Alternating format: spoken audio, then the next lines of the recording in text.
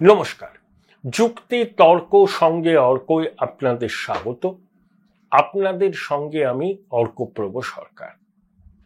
ভারতে অবস্থানরত বাংলাদেশের সাবেক প্রধানমন্ত্রী শেখ হাসিনা কেমন আছেন? বাংলাদেশের সমাজ মাধ্যমে গুজব ছড়িয়েছিল শেখ হাসিনা গুরুতর অসুস্থ, তাকে চিকিৎসার জন্য সিঙ্গাপুরে নিয়ে যাওয়া হচ্ছে।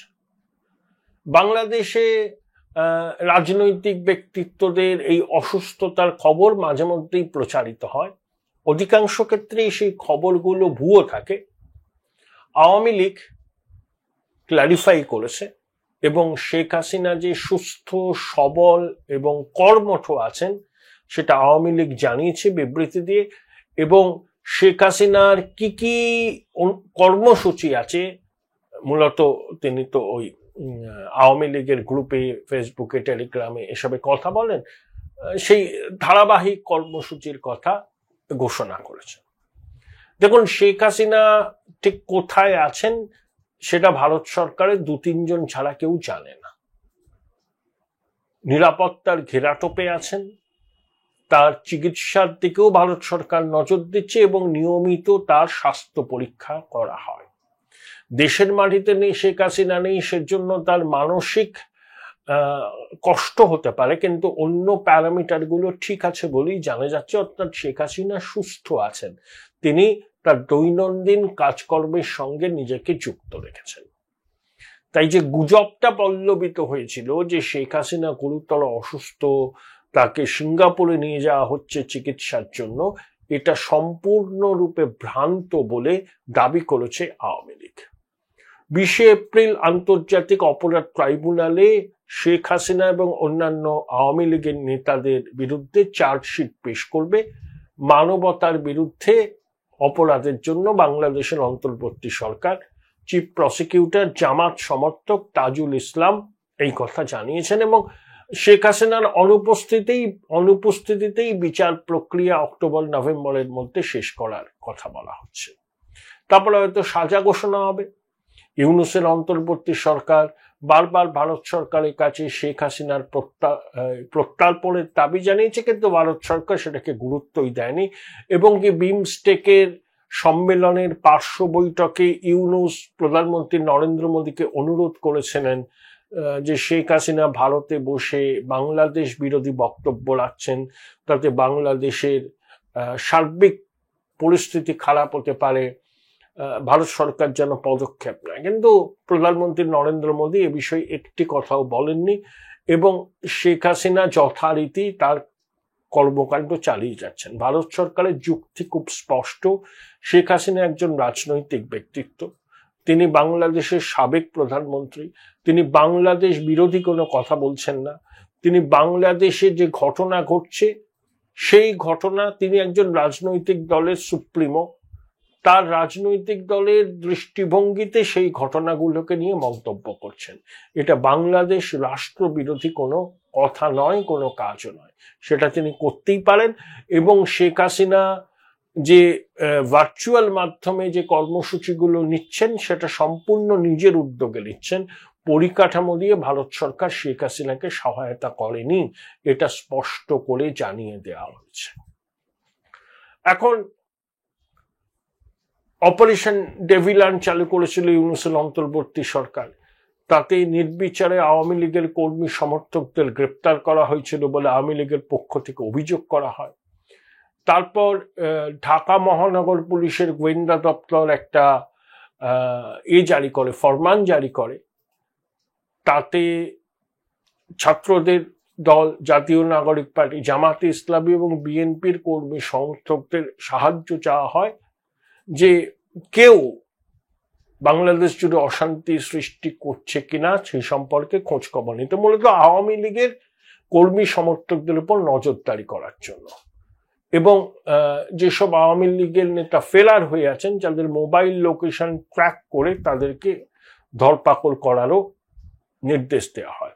আবার শেখ হাসিনা ঘোষণা করেছিলেন যে অন্তর্বর্তী সরকারের পুলিশ প্রশাসন যদি আওয়ামী লীগের কর্মী সমর্থকদের উপর অত্যাচার করে তাহলে প্রতিবাদ করতে হবে, হাতের কাছে যা থাকবে তা নিয়ে প্রতিবাদ করতে হবে।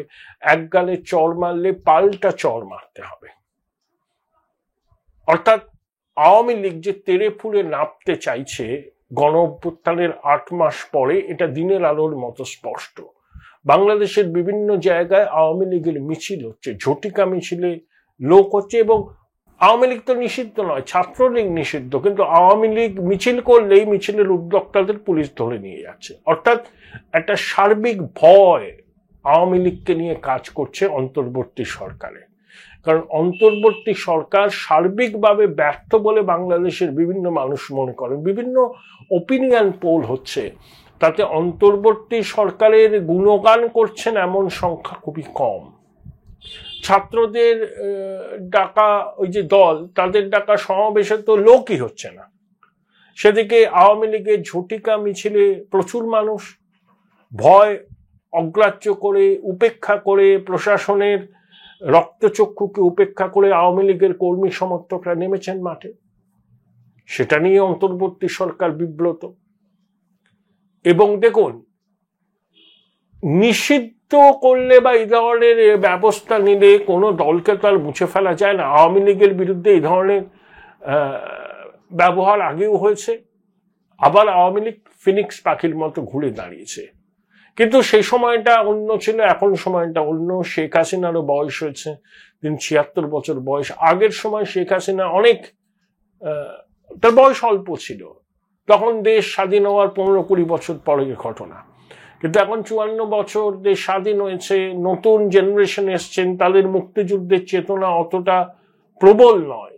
তাই আওয়ামী লীগের ঘুরে দাঁড়ানো নিয়ে আমার মনে একটু সংশয় আছে এই মুহূর্তে। ভবিষ্যতে নিশ্চয়ই আওয়ামী লীগ ঘুরে দাঁড়াবে। আওয়ামী লীগ বিএনপিকে বাদ দিয়ে বাংলাদেশের রাজনীতি হবে না। যদিও দুটোই পরিবার কেন্দ্রিক দল, এবং বাংলাদেশে আগে উদ্যোগ নেওয়া হয়েছিল খালেদা জিয়া এবং শেখ হাসিনা এবং তাদের পুত্রদের রাজনীতি থেকে সরিয়ে দেওয়ার -4 ফর্মুলা। এখনো সেই উদ্যোগ জারি আছে। এখনো পর্যন্ত সেটা সম্পূর্ণ সফল হয়েছে বলতে পারবো না, কিন্তু শেখ হাসিনা এবং সাজিব ওয়াজেদ জয় তো দেশের বাইরে, খালেদা জিয়া, তারেক রহমান দেশের বাইরে, চারজনে কেউ দেশে নেই। তারেক রহমান কবে ফিরবেন কেউ বলতে পারছেন না। বিএনপি নির্বাচন চাইছে, অন্তর্বর্তী সরকার টাল বাহানা করছে। তাহলে বিএনপি বলছে আমরা অন্তর্বর্তী সরকারের বিরুদ্ধে রাজপথে নেমে আন্দোলন করব, কিন্তু সেভাবে তারা নামছে না। তার কারণ অনেকে বলছেন যে বিএনপির নিচু তলার যারা আছেন তারা দিব্যি চাঁদাবাজি করছেন, ফুলে পেপে ঢোলে উঠছেন। Join Indian Institute of Hotel Management now. Right choice, right decision. উপসী ছালপোকার মতো ছিলেন, এখন সুযোগ পেয়েছেন, তারা কামিয়ে নিচ্ছেন দু হাতে। তারা মনে করছেন এখন নির্বাচন হলে মির্জা ফখরুল ইসলাম আলমগীর মন্ত্রী হবেন, সালাউদ্দিন আহমেদ মন্ত্রী হবেন। আমার কি, আমি যা করার করে নি, টুপাইস কামিয়ে নি।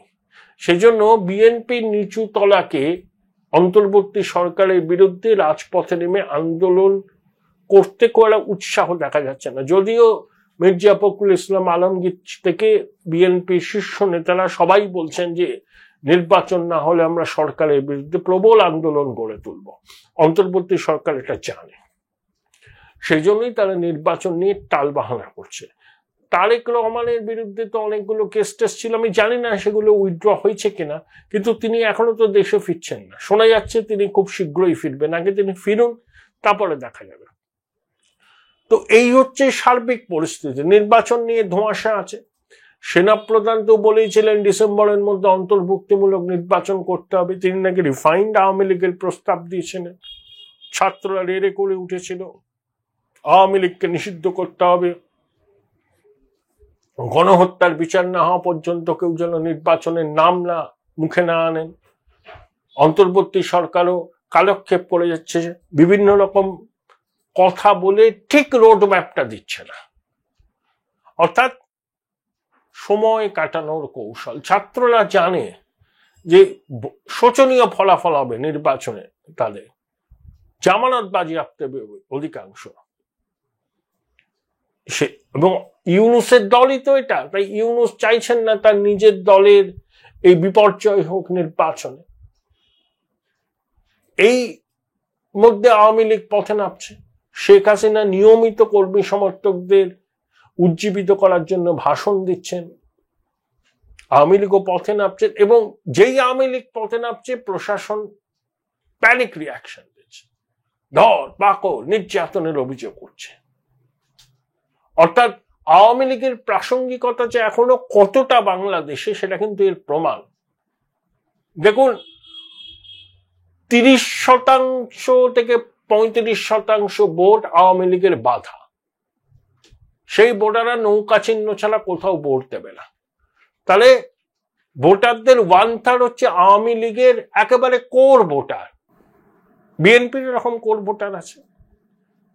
তাহলে আওয়ামী লীগকে নিষিদ্ধ করার উদ্যোগ হলে এই কোর ভোটাররা কি করবে? তা তো নির্বাচন হয় না, নির্বাচন প্রবেশন হয়। ঠিক শেখ হাসিনা যে ভুলটা করেছিলেন, বিএনপি নির্বাচনে প্রতিদ্বন্দ্বিতা করতো না, বয়কট করত, কারচুপির অভিযোগ তুলে, যে ভোট দেওয়ার আগেই ফলাফল হয়ে গেছে।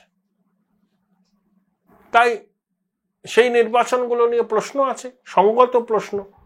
অন্তর্বর্তী সরকার গণতন্ত্রের পূজারী বলে নিজেদের দাবি করছেন, তা তাদেরকে তাদের কথা এবং কাজের মধ্যে যে মিল আছে সেটা প্রমাণ করার জন্য অন্তর্ভুক্তিমূলক নির্বাচন করতে হবে, এবং তাতে আওয়ামী লীগ থাকবে। অন্তর্বর্তী সরকারের ছক হচ্ছে, হ্যাঁ আওয়ামী লীগ থাকুক, কিন্তু শেখ হাসিনার নেতৃত্বের বিরুদ্ধে বিদ্রোহ করে আওয়ামী লীগের কিছু নেতা বঙ্গবন্ধুর প্রতি আনুগত্য জ্ঞাপন করে সেই আওয়ামী লীগকে সামনে আনুক, তারা প্রতিদ্বন্দ্বিতা করল। কারণ আওয়ামী লীগের কর্মী সমর্থকরা এই ফর্মুলা মেনে নেবেন। আওয়ামী লীগ মানেই বঙ্গবন্ধু শেখ মুজিবের পরিবার, বিএনপি মানেই খালেদা জিয়ার পরিবার। তাই আওয়ামী লীগের কোন নেতা যদি শেখ হাসিনার কার্যকালকে সমালোচনা করে বঙ্গবন্ধুর আদর্শে চলবো বলে ঘোষণা দিয়ে নতুন আওয়ামী লীগ নিয়ে নির্বাচনে হাজির হন, তার ভরাডুবি হবে, এটা বাস্তব। ইউনূসের অন্তর্বর্তী সরকার দেখাতে চাইছে আমরা অন্তর্ভুক্তিমূলক নির্বাচন করেছি, আওয়ামী লীগও আছে, আওয়ামী লীগের নেতারা লড়ছেন, কিন্তু শেখ হাসিনা নেই। শেখ হাসিনাকে তারা ভয় পায়। আওয়ামী লীগ জানে এই ধরনের উদ্যোগ একটা হচ্ছে, তারা আশাবাদী যে বাংলাদেশের মানুষ এই উদ্যোগকে অঙ্কুরেই বিনষ্ট করবে। এবং শেখ হাসিনাও মরিয়া হয়ে গেছেন যে অভ্যুত্থানের 1 বছর হতে তো আর বেশি দেরি নেই, তার মধ্যেই একটা কামব্যাক করতে। সেই জন্য দেখবেন আওয়ামী লীগের সভায় মিছিলে লোক হচ্ছে, রিস্ক নিয়ে মানুষ পথে নামছে, পুলিশ প্রশাসন গ্রেপ্তার করতে পারে ধরে নিয়েও নামছে। এবং যেভাবে অন্তর্বর্তী সরকার আওয়ামী লীগের সভা সমাবেশ মিছিলকে বন্ধ করতে চাইছে, তার থেকে প্রমাণ হয় তারা আওয়ামী লীগকে এখনো ভীষণ রকম ভয় পায়। কার্যত আওয়ামী লীগ নামে তাদের আতঙ্ক আছে।